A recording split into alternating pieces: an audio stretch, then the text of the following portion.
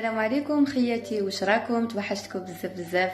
واليوم كما عودتكم جيتكم فيديو جديد ويوم جديد نتمنى سعيد الكل ان شاء الله يكون مستفيد.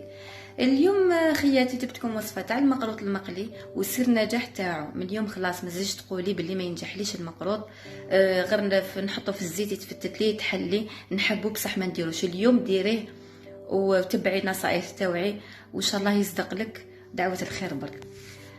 نبداو على بركه الله. هنا عندي كيله تاع الشيشه، شوفوا تاع قلب اللوز. هذيك الشيشه كامل الحرشه دوك نقول لك علاش درناها.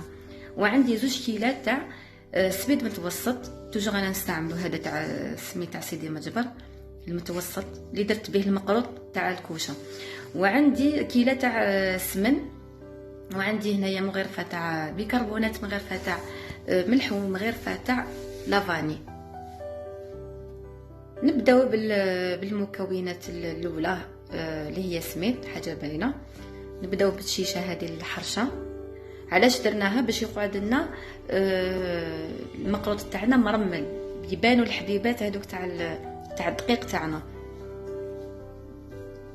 عندي زوج كيلات تاع نحط زوج كيلات تاع الدقيق المتوسط هذاك. ونزيد نحط مغرفه تاع البيكربونات باش توجور يقعد لنا طري المقروط تاعنا. بيكربونات يعني يساعدوا على الطراوه برك. وعندي مغرفه تاع الملح والمغرفه تاع لافاني باش ينكه لنا العجين تاعنا. نخلطوا المكونات هذه الجافه مليح مليح. ومن بعد شوفوا تاع الميزان دائما فيه شغل هكا تخش في الاخر، نورمال سي با غراف. نخلطوا المكونات هذوما، نزيدوا الكيله تاع السمن تاعنا. هنا كملاحظه فقط، السمن هذا كي نسخنوه نخلوه لازم يبرد كامل، يقعد دايب بصح بارد. بس لو كان نديروه سخون في المقله ولا غير كاع يتفتت. يعني النصيحه هذه من اهم النصائح باش يصدق هذا المقروط تاعنا. هنا نفرغوا هذاك السمن في الخليط، نحاولوا نديروا بيدينا هكا شغل نحكوا هذاك الخليط، ندخل كامل الحبيبات تاع الدقيق تاعنا في السمن بيان.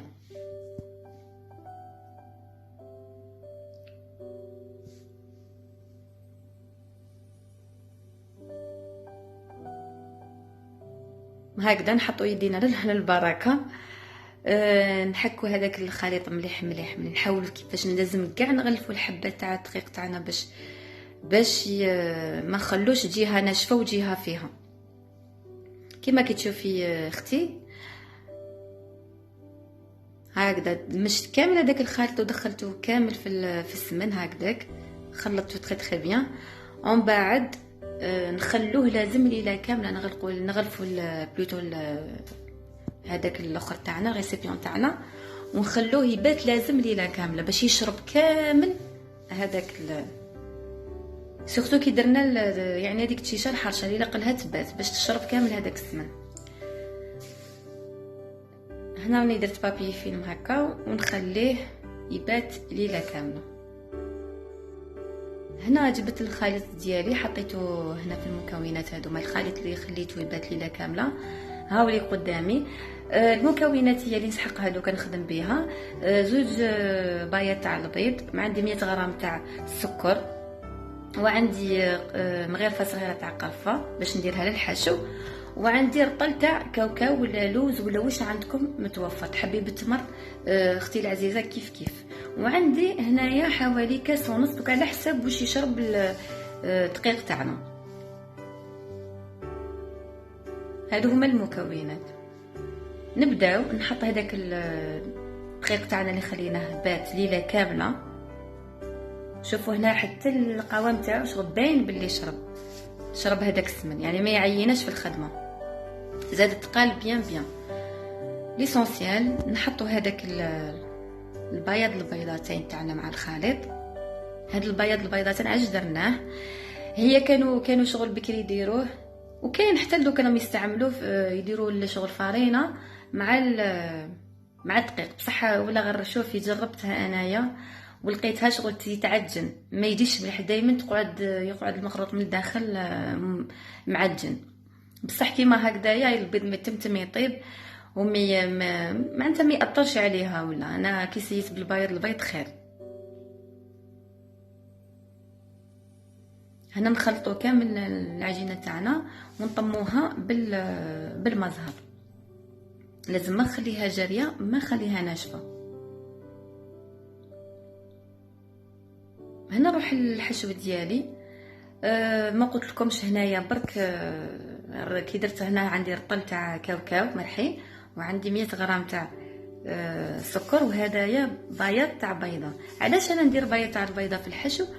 باش مع الوقت يقعد توجور من الداخل هذاك لافارس الداخلانيه تقعد توجور طريه، ما ندير لها ني دهان ني حتى حاجه ني زبده ني والو، بياض بيضه وخلاص.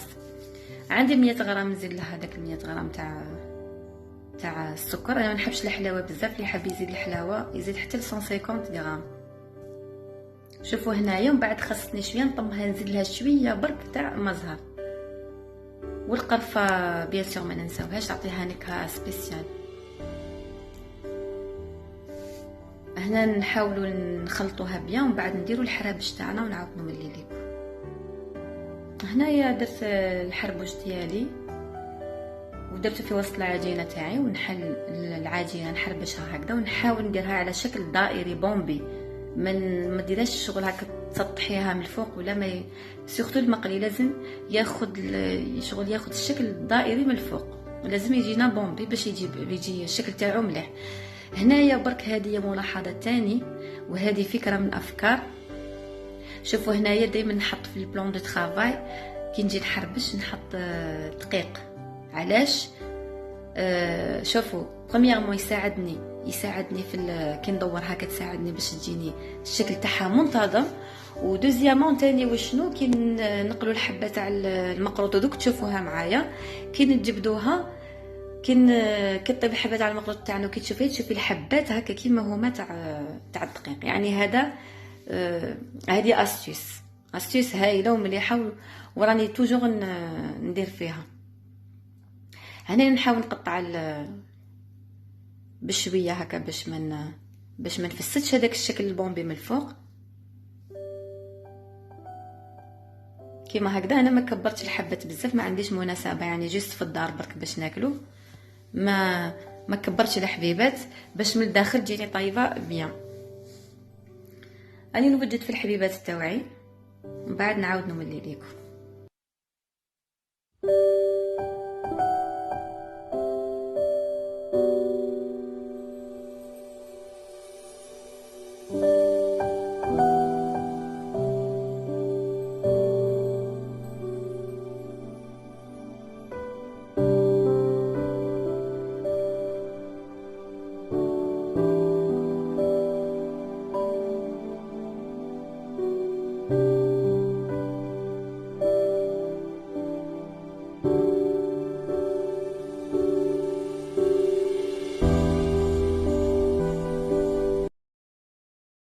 هنا راني حطيت الزيت تاعي سخن، ونحاولوا نغرقوه شغل على الاقل يكون الزيت في النص ولا فوق النص شويه. اذا معناتها ما حبيتوش الزيت بزاف ولا ديروا، حاولوا كيما انا درت هنا اناء هكا شغل نيجره تكون ولا مقله تكون صغيره باش ما ترفدليش الزيت بزاف. هاولك لازم المخلوط تاعك يغرق في الزيت باش ما تدوريه ما تمسيه ما والو. شوفوا هنايا كيفاش راني جبدته، هاوليك باش نوري لكم برك ما تفتت ما صرالو حتى حاجه. شوفوا كيفاش من الفوق جاي الله يبارك ما شاء الله مرمل. صدقوني جربوا هذه الوصفه والله ما تندموا عليها. هنا راني نعسل فيه من المقله ديريكتومون في العسل. العسل دافي شويه برك، ما تسخنوش بزاف باسكو ديجا راهو المقروط تاعنا سخون. كيما راكم تشوفوا خياتي هنا راني نعسل فيه، ومن بعد نحطوه يقطر، ومن بعد الغدوه بالنك تاني نعاود نعسلو دوزيام فوا نحطوه ديريكتومون في الكيسات باش يكمل يشرب. هنا راهو في صحن التقديم. واش نقول لكم، مشاهدكم في الجنه ان شاء الله. ما تنسوش تدعمونا بالاشتراك في القناه اللي دخلوا جديد معايا واللايك. واش نقول لكم، خليت لكم الراحه والصحه والهنا ان شاء الله في فيديو لاحق ان شاء الله. على بالي بديت تتوحشوني. مع السلامه، بقى على خير.